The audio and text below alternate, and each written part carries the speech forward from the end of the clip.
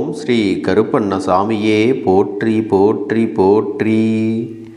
என் அன்பு குழந்தையே, இன்று இந்த கருப்பன் உனக்கு பேரதிர்ஷ்டமான செய்தியைத்தான் கொண்டு வந்திருக்கிறேன். என் பிள்ளையே, உன்னை சுற்றி ஒரு பெண் தெய்வம் வந்து கொண்டிருக்கிறது. இந்த கருப்பன் அதை கண்டு கொண்டவுடன் உன்னிடத்தில் சொல்லிவிட வேண்டுமென்றுதான் இன்று ஓடோடி வந்திருக்கின்றேன். என் பிள்ளையே, நீயாக நினைக்கலாம், அப்பனே நீயாக என்னை சுற்றி வரவில்லையா? உன்னையும் தாண்டி ஒரு தெய்வம் என்னை சுற்றி வருகிறதா? அப்படியானால் அவர்கள் யார்? நான் அவர்களை வணங்கவே இல்லையா? நான் எத்தனையோ தெய்வங்களை எல்லாம் நான் வணங்கி கொண்டுதானே இருக்கிறேன். அதில் அந்த தெய்வம் இல்லையா என்றெல்லாம் சந்தேகத்தோடு என்னை பார்த்து நீ கேட்கிறாய் அல்லவா? உன்னுடைய அத்தனை கேள்விகளுக்கும் நான் நிச்சயமாக இன்று நல்ல பதிலைத்தான் தரப்போகிறேன். இந்த வாழ்க்கை என்பது உனக்கு கொடுத்திருக்கின்ற ஒவ்வொரு விஷயங்களுக்கு பின்னாலும் நிச்சயமாக எண்ணற்ற சந்தோஷங்களையும் மறைத்து வைத்திருக்கத்தான் செய்கிறது. ஆனால் அதையெல்லாம் உன்னால் வெளிப்படையாக கண்டுபிடிக்க முடியவில்லை. எல்லாவற்றிற்கும் நீ தாங்கி நிற்கின்ற சோதனைகள்தான் இதற்கு காரணமாக இருக்கிறதல்லவா? இனிமேலும் இதையெல்லாம் கடந்துவிட்டு நீ நிச்சயமாக நல்லதொரு வாழ்க்கையை வாழ வேண்டும். செல்லமே, எதனால் இந்த கருப்பன் உன்னிடத்தில் ஒரு விஷயத்தை சொல்கிறேன் என்று முதலில் நீ புரிந்து கொள்ள வேண்டும். அப்பன் சொல்கின்ற அந்த தெய்வத்தை நீ ஏற்கனவே வணங்கி கொண்டுதான் இருக்கிறாய் என்றால் அதை பற்றி கவலை இல்லை. நீ தொடர்ந்து அதை செய்து வர வேண்டும். அதே நேரத்தில் அவர்களை நீ வணங்கவில்லை என்று சொல்வாயானால் நிச்சயமாக இனிமேல் அந்த தெய்வத்தை நீ வணங்க தொடங்கிவிட வேண்டும். என் குழந்தையே, நமக்கு நன்மை செய்வதற்காக நம்மை சுற்றி சுற்றி வருகின்றவர்களை பற்றி நீ கண்டுகொள்வது இல்லை. எப்பொழுதுமே நமக்கு எளிதில் கிடைக்கின்ற பொருளை விட எளிதாக கிடைக்காத பொருள் மீதுதான் அன்பு அதிகமாக இருக்கும். அந்த பொருளைத்தான் பெற வேண்டும் என்று உனக்குள் துடிப்பு இருந்து கொண்டே இருக்கும். அப்படி இருக்கும் பொழுது இந்த வாழ்க்கையில் இதுநாள் வரையிலும் நீ பட்ட துன்பங்களுக்கும் மிக பெரிய தீர்வினை நீ பெற்றுக்கொள்ளத்தான் வேண்டும். எதிர்வரக்கூடிய நாட்களிலெல்லாம் உனக்கு நினைத்தது போலவே நடக்க வேண்டுமென்றால் அதற்கு ஏற்றது போல உன்னை நீ மாற்றிக்கொள்ள வேண்டும். இந்த நிலையிலிருந்து நம் வாழ்க்கையை மீட்டெடுக்க நமக்கு முக்கியமாக என்ன தேவை, ஏது தேவை என்று சிந்தித்து அதற்கு ஏற்றபடி நீ வாழ்ந்து கொள்ள வேண்டுமல்லவா? அப்பன் சொல்வது உன்னுடைய வாழ்க்கையில் நிச்சயமாக நடக்கும். இதுவெல்லாம் உன்னை இந்த வாழ்க்கையில் நல்லபடியான ஒரு நிலைக்கு அழைத்துச் செல்வதற்கான ஒரு சின்ன வழி என்பதை நீ மறந்து விடாதே. தெய்வங்களின் ஆசியோடு இனி வரக்கூடிய நாட்களிலெல்லாம் நீ உன்னுடைய ஒட்டுமொத்த மகிழ்ச்சியையும் நீ பெற்றுக்கொள்ளத்தான் போகிறாய். பொதுவாகவே நாம் வணங்க வேண்டிய தெய்வங்கள் என்னென்ன தெரியுமா? முதலில் உன்னுடைய குலதெய்வத்தை நீ வணங்க வேண்டும். இரண்டாவதாக உன்னுடைய இஷ்ட தெய்வங்களை நீ வணங்க வேண்டும். மூன்றாவதாக உன்னுடைய இல்லத்தில் இருக்கக்கூடிய முன்னோர்களை நீ வணங்க வேண்டும். நான்காவதாக உன்னுடைய இல்லத்தில் இருக்கின்ற கன்னிப்பெண் தெய்வத்தை நீ மறவாமல் வணங்க வேண்டும். குழந்தையே, உன்னுடைய குலதெய்வத்தை நீ ஒரு நாளும் மறக்காமல் நாள்தோறும் நினைத்து கொண்டிருக்கிறாய் அல்லவா?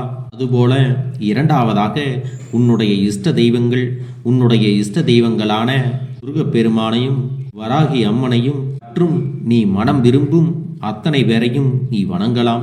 மூன்றாவதாக உன்னுடைய முன்னோர்களை அமாவாசை திதி நாட்களிலும் அவர்களுக்கு உகந்த நேரங்களிலும் அவர்களை நீ மனதார நினைத்து வழிபடத்தான் வேண்டும்.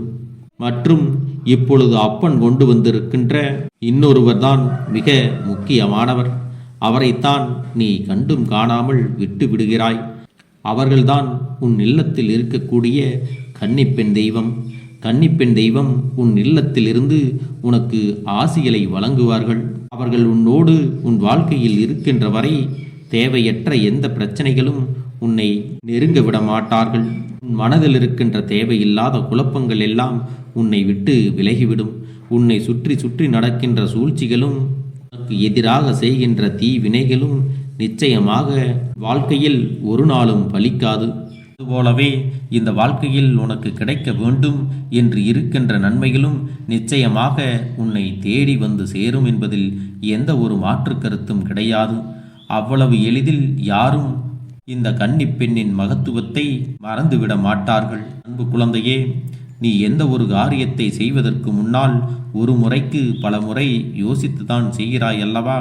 அதற்கு காரணம், ஒரு தவறை நாம் செய்து விட்டோமானால் மீண்டும் அதை திருத்துவதற்கு பல காலம் தாமதமாகும் என்பதை நன்றாக தெரிந்து வைத்திருக்கிறாய் அல்லவா? இந்த பக்குவமானது உன்னுடைய இல்லத்தில் கன்னிப்பெண் தெய்வம் இருப்பதனாலேயே உன்னிடத்தில் வந்திருக்கிறது. யாருடைய இல்லத்தில் எல்லாம் கன்னிப்பெண் தெய்வம் இல்லையோ அவர்கள் எதையும் யோசிக்காமல், விளைவுகளை பற்றி சிந்திக்காமல், ஏனோ தானோ வென்று அவசர கதியில் முடிவினை எடுத்து விடுவார்கள். அதன் பிறகு அதனால் வருகின்ற பிரச்சனைகளுக்குள் சிக்கிக் கொள்வார்கள்.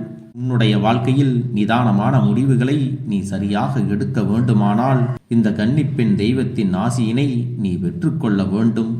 என் செல்லமே, இந்த கன்னிப்பெண் தெய்வத்தை வணங்கும் பொழுது அவர்களுக்கு பிடித்த உடைகளையும் அவர்களுக்கு பிடித்த பொருள்களையும் வைத்து, உன்னுடைய வீட்டில் சிறு குழந்தைகள் இருப்பார்களானால் அவர்கள் கையாலேயே நீ பூஜைகளை செய்து வரும் பொழுது கன்னிப்பெண் தெய்வம் உள்ளம் மகிழ்ந்து காண ஆசைகளை தருவார்கள்.